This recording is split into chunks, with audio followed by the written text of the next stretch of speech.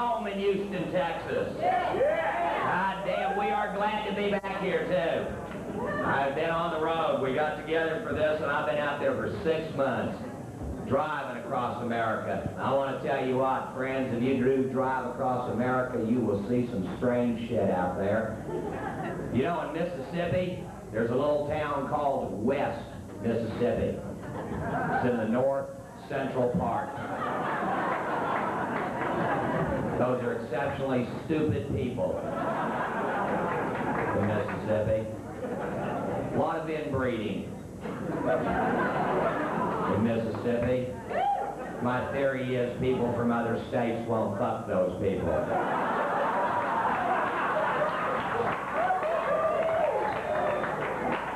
It's a theory. Playing some hellholes of the world, playing Des Moines, Iowa. Want to tell you why? You ever want to get away from it all? I mean, get away from it all. Every stinking little itsy bit of it. Go to Des Moines, Iowa. It ain't got there yet. It ain't going to Des Moines. It ain't coming fucking close to Iowa. They don't send postcards up there. They don't have any relatives in that part of the country. Found out what the words Des Moines means. A French phrase means void. Those people are so slow, Rice Krispies only sends crackle and pop. No fucking snap at all. I was in Des Moines in February, and Iowa's a real tourist mecca in February. That's ball shrinking cold up there. Ball shrinking cold. They get so cold, your balls shrink up about that big around and suck up inside of your body. Balls are the smartest part of a man.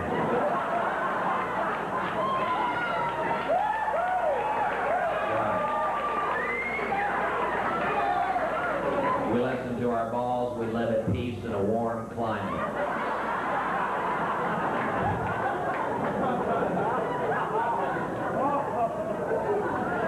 On the way home, I drove across Kansas at night in the middle of a snowstorm, which of course is the most scenic way to actually see Kansas is at night in the middle of a snowstorm. Kind of pretty that way. White shit coming down and everything. You drive across Kansas during the day where you can get a real good look at it. It'll suck the soul out of you. Suck it. Suck it out of you. Saw their tree.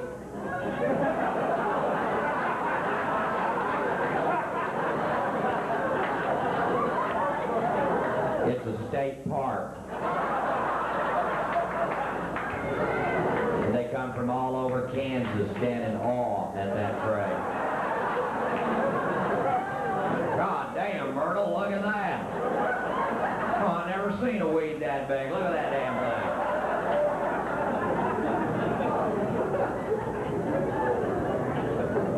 I do a lot of stuff on religion. You know, in some of the places that I play, I just can't do it. And we have on this show, we had Steve Epstein, who's a Jew. Later on, we'll have a Southern Baptist, and I was raised a Roman Catholic. And I want to tell you what, Roman Catholic's a little weird too, friends. Roman Catholics laid sin on us. If you ever really want to know who we can attribute sin to, well, that's Roman Catholicism's major gift to the consciousness of the world. They have sin. Now, Roman Catholics like to break stuff down, all right? I mean, they like to have hierarchies and everything. So they have two kinds of sin. They have mortal sin and venial sin. Now, mortal sin is sin you get to go to hell forever for, all right? Now, venial sin is sin you go to purgatory and just burn for a couple of 100,000 years, all right? Sort of straighten your ass up. I figure after about 5 full seconds of burning, I'm going to be about as sorry as I'm ever going to get, okay? I'm going to be be totally 100% sorry. The next 199,000 years just sort of rubbing it in on God's part, okay? I ain't gonna get no fucking sorrier.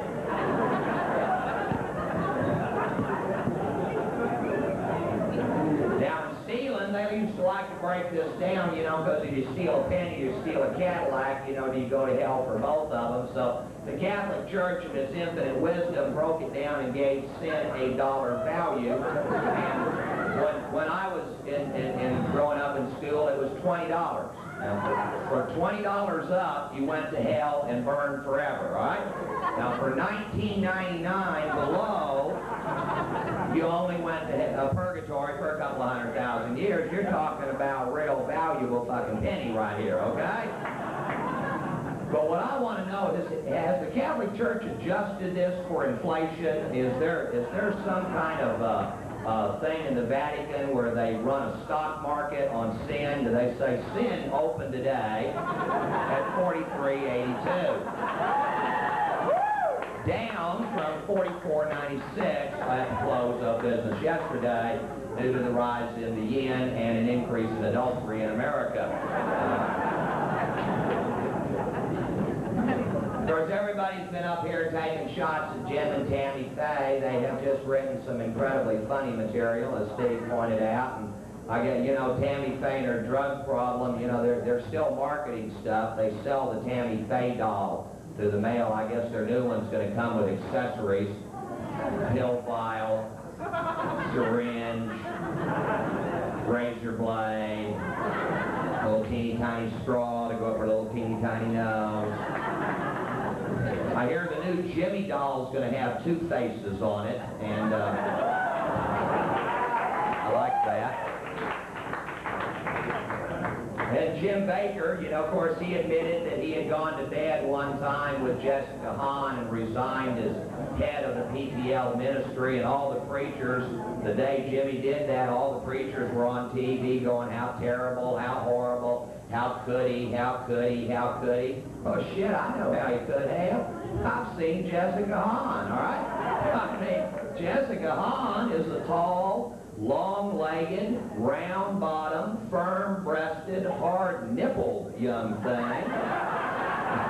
The best kind to have nude in the motel room, I might add. Jim Baker at that time had been married to Tammy Faye Baker for 19 goddamn years, all right?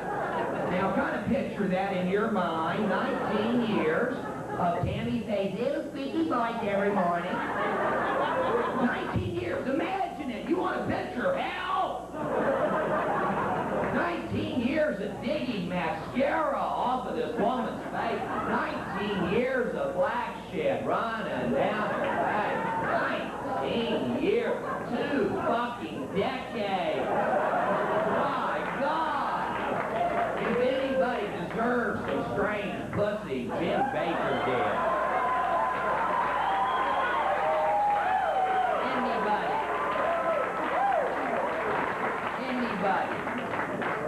But then it turns out Jimmy Baker paid Jessica Hahn $265,000 of donation money for one roll in the head. $250,000 and some change for one roll in the head. I'll tell you what, for $250,000 one time, I want to be sucked inside out, okay? I want to see the top of my head come out through my dick for a quarter. Just turn me fucking inside out for $250,000.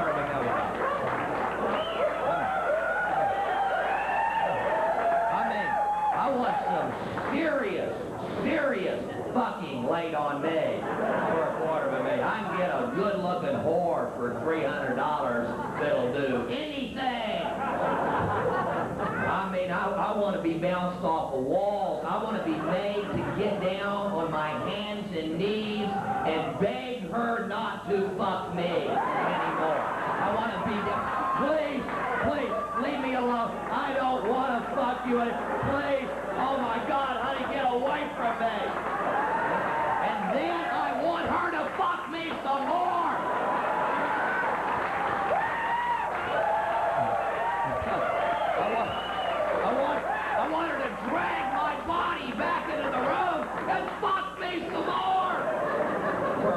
$250,000,000.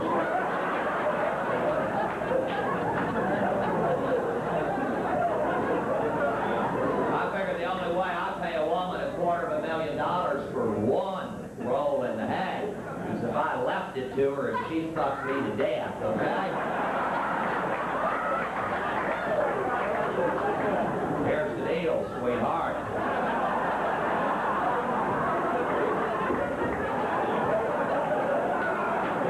I'm alive in the morning, you buy the drinks, okay?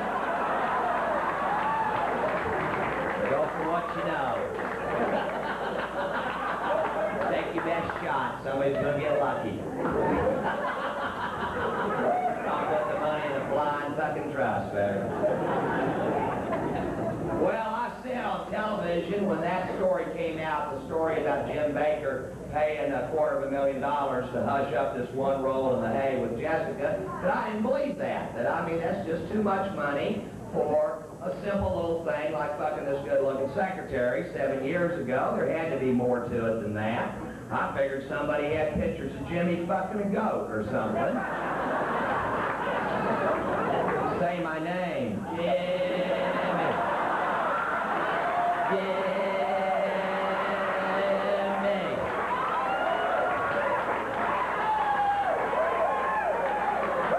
That'd be worth $250,000, all right? Jesus loves you and Bambi does too.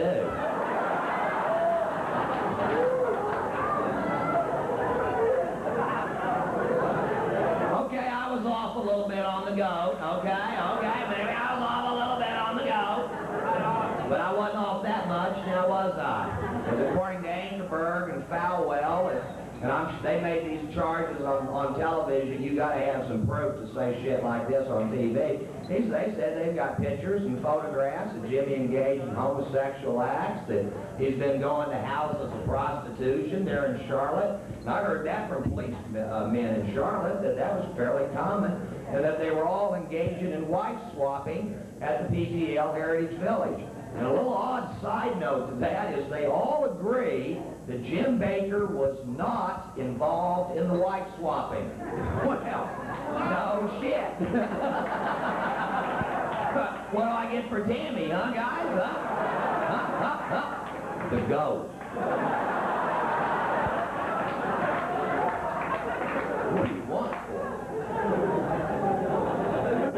Well, I mean, very serious allegations have been laid on these people. I mean, they've been accused, if you read the paper, they've been accused of income tax evasion, of mail fraud, of misrepresentation, and they've been engaged in wife fraud. They're accused of all this. The only thing they all deny, every one of them, Dorsch, every one of them, is that they were involved in wife swapping. That's the only thing they've made a stand on. It's like saying, oh yeah, shit, I stole the money.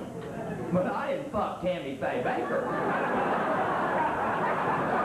Okay? Now, I lied in the name of the Lord, but I did not fuck Tammy Faye Baker. Okay, every night I went out and sold people to send me money, but I didn't fuck. Don't try to lay that rap on me.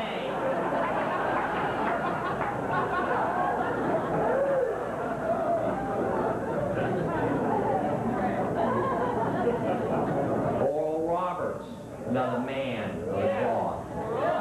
Oral Roberts 2 weeks ago told us that he can raise the dead. And he's just forgotten to tell us about it for the last 20 years. Ha! I can see how something like that would slip your mind. You know what I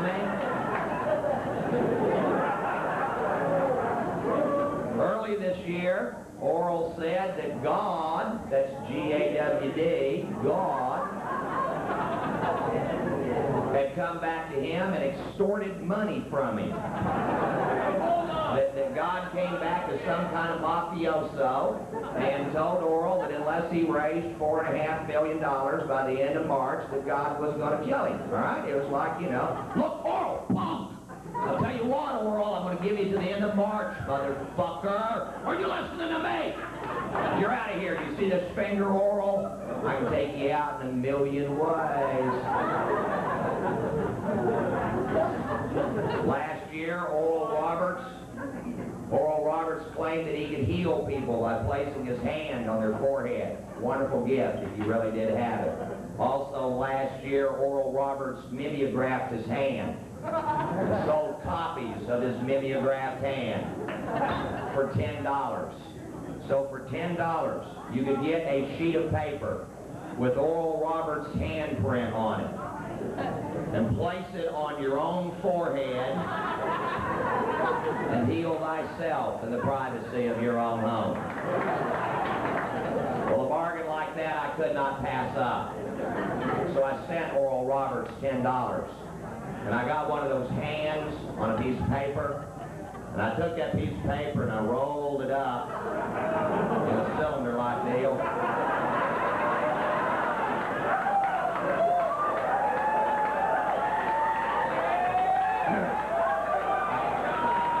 I said, well, Brother Oral, since we're picking miracles right here, I'd kind of like to be hung down right about here. That's what I'd like. Come on, Oral. Put that power to good work. Come on, Bubba. Well, I figured 3 inches is easier than cancer. Come on. It didn't work, but it was worth $10. One final comment on religion, since that seems to be what I talked about this evening. We are a rather strange country when it comes to our religion. We have a holiday called Easter, and Easter is the cornerstone of Christianity. It's the day we celebrate the fact that Jesus Christ so loved the world that he rose from the dead to prove that the power of God supersedes the power of death. That's what Easter is about in a nutshell. In order to impress this on our children, we give our children stuffed yellow rabbits and tell them that the stuffed yellow rabbit laid colored, hard-boiled chicken eggs in the front lawn. And I do love symbolism in a religion. I'm Ron Schock. Thank you very much.